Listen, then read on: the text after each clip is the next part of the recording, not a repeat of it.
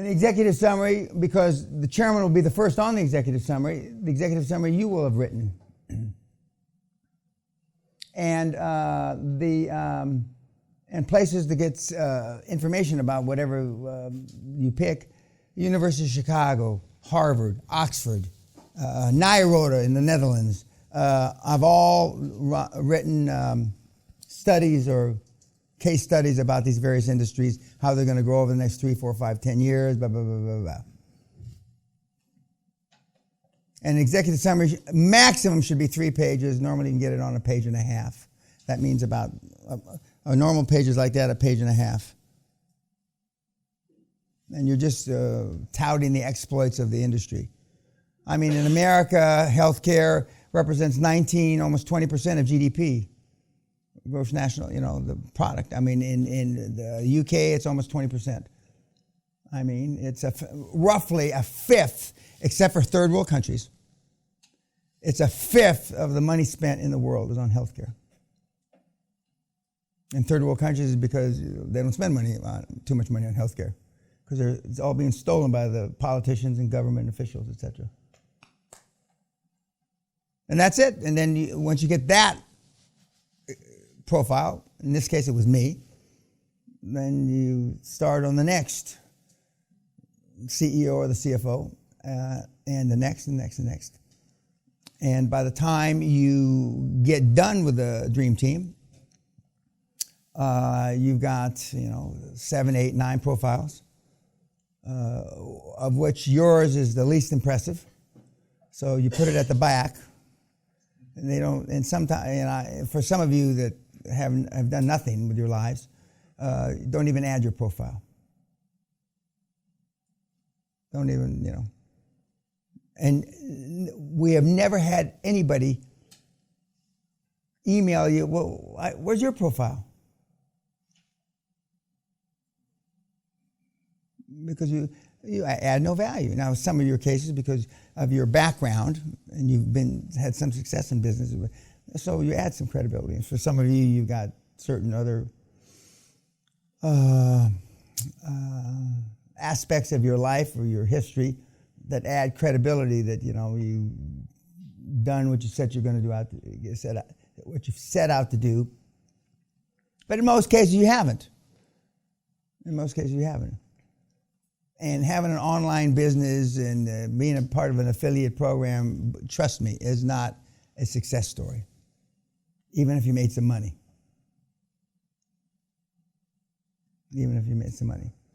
But he's short, to the point. The other plays he's going to do for a motivated seller and a financial institution are slightly longer than that one. Slightly longer. And and when you're calling the motivated sellers, or when you contact the motivated sellers, you're asking for, and you'll see this, 3 years taxes, 3 years financials. If they don't send them in 72 hours, next.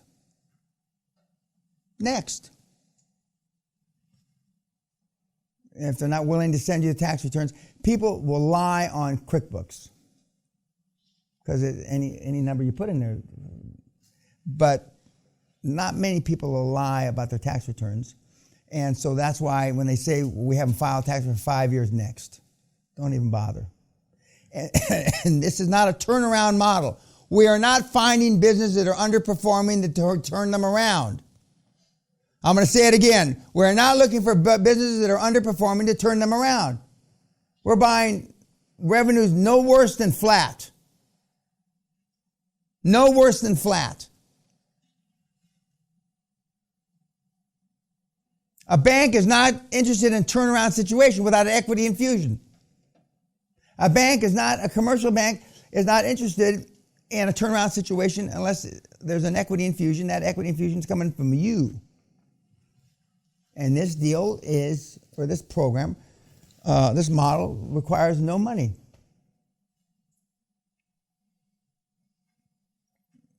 And yet the kids figure out ways that God only knows how they figure it out. I don't know where they put in money, and they get money from their father or their uncle or some fucking moron. Friends, fools, and family. You would rather be indebted to your father or your fucking uncle than Deutsche Bank or ING Bank. I don't understand. I just not just because nobody in my family ever had any money that I could have gotten, but I don't beyond, that's a bridge too far for me. Because then you know you don't have to pay your uncle back. And you know you don't have to pay your father back. That's the real reason you'd rather take it from them. So your default is failure. Do you get it? And guess what? You fail, and it becomes a self-fulfilling prophecy. There is no backup plan. Okay, any questions about Josh?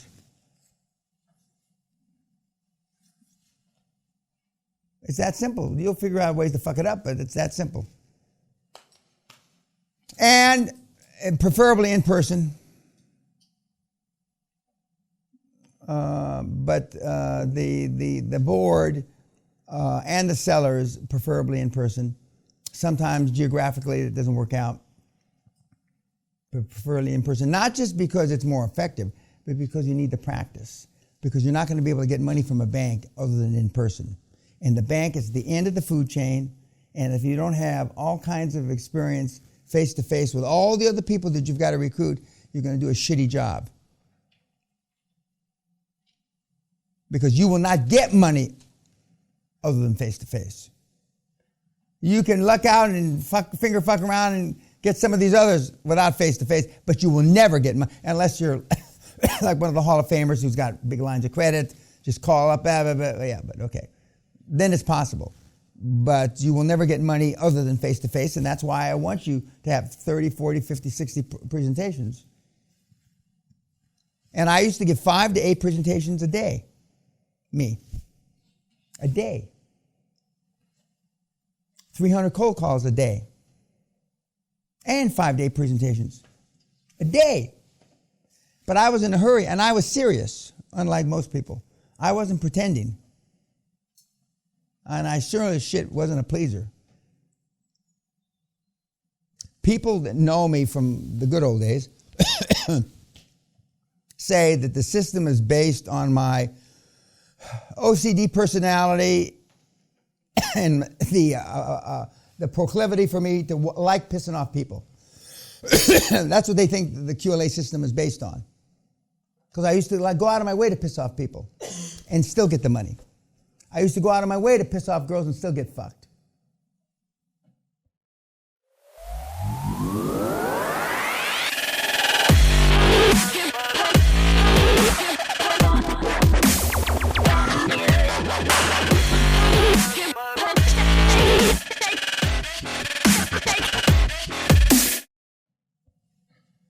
So the guys that have known me a lot of years say this is just a manifestation of Dan's OCD, compulsive disorder, and having a proclivity, meaning a love of pissing off people and still getting my way.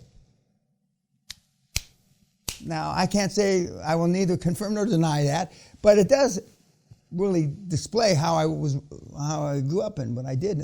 Shit. I went out of my way to irritate people. But then I'll say, again, how does your program work out? Or how has YouTube's program worked out?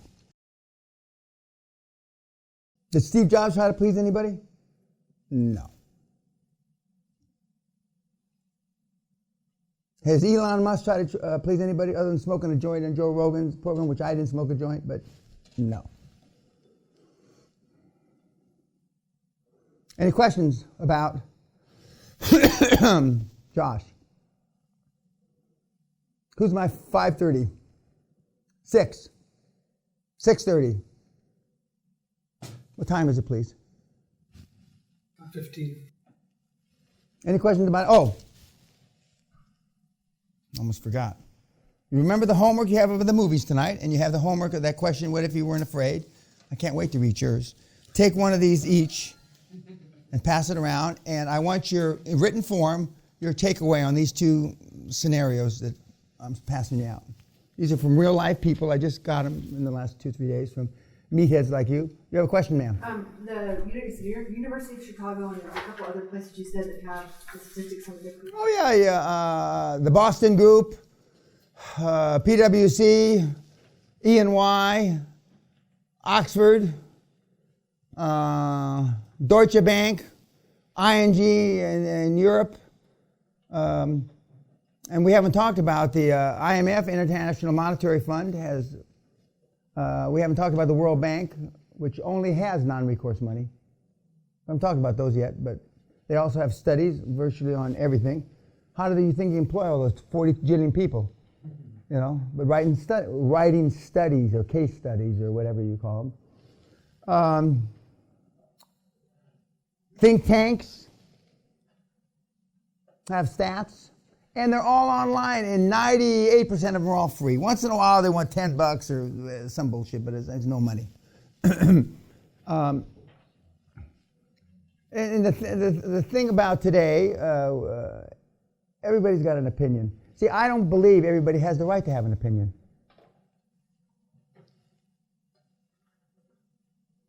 The student council runs the University of Pennsylvania. Kids.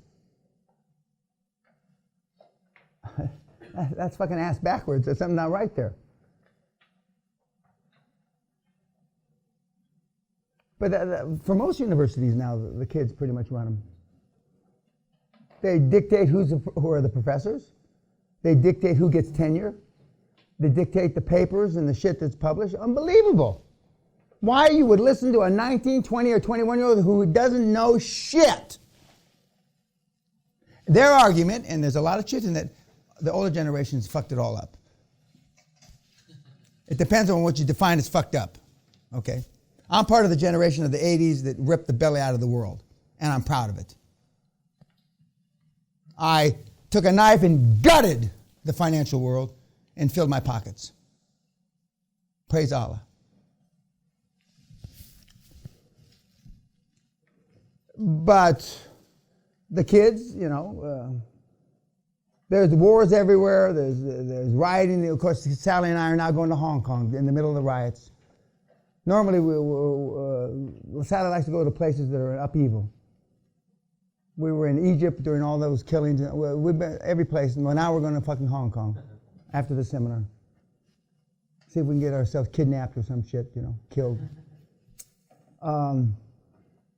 But I mean, Paris, they're rioting. The world's fucked up, guys. I mean, so the kids have a point. They do. But whether we should listen to them is a whole other story. They don't know shit. But they do have a point. I mean, we have fucked it up. But no better environment for QLA. A depression would be the best. I'll settle for a recession, a strong recession. See, you guys have never seen property prices drop 40%. You're not old enough. Nobody in this room is old enough to see property prices. I remember when Mayfair property prices dropped 25% in a quarter. I remember that.